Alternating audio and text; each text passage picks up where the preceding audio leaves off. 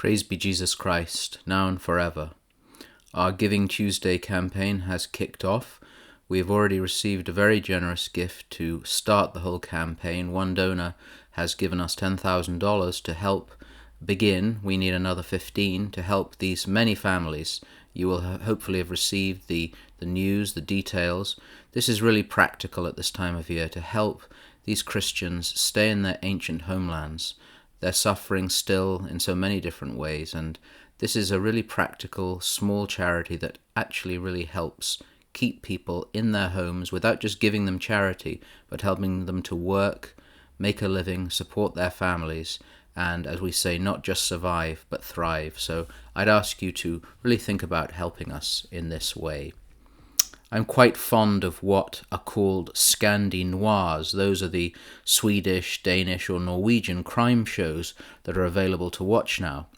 One reason I enjoy them is not for the blood and guts, although there's usually plenty of both. Rather, always watching with subtitles, never dubbing. It's listening for the words, which are either the same as English or very close. This is because, of course, we're talking about our old English roots, our Anglo-Saxon roots. As you know, if you've been watching the Nuggets over these last years, I have an interest in etymology, the root and meaning of words. So it's fascinating when, in one of these shows, it's possible to hear our shared ancient vocabulary. That doesn't happen, by the way, if you're watching a Finnish or a Hungarian show. One of the central images used during Advent is the image of the Annunciation. Mary, Our Lady, is always pictured listening to the angel Gabriel. In the best of these portrayals, there's a stillness to this moment, the good news of the world's salvation being proclaimed. A popular and much quoted verse of Psalm 46 is the command of God to be still and know that I am God. Along with the Annunciation, that phrase can accompany us through this journey of Advent. But what does it actually mean? The season of Advent has been described as a time of active waiting, which almost sounds like an oxymoron. The world, as we know, waits for nothing and wants to wait for nothing. And we, if we're not very careful, can fall into that trap. Once again, the etymology of the word still can help us greatly, and I believe can be the focus of Advent for us this year, as we already approach the second Sunday. The modern dictionary, amongst other things, defines being still as a state of deep and quiet calm.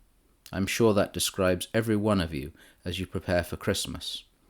It's unlikely, let's be truthful, that we will spend most of the next few weeks in deep and quiet calm. So what are we to do? Abandon the attempt to keep Advent and rush into the secular Christmas frenzy? So let's go back to its Old English Saxon roots. From the word stille or stillen, it means, among other things, to stand or to be fixed. Now, of course, when we hear Silent Night sung at Christmas in German, we hear the words Stille Nacht, Heilige Nacht, but the old root doesn't mean silent, although that must be part of being fixed. Be fixed and know that I am God.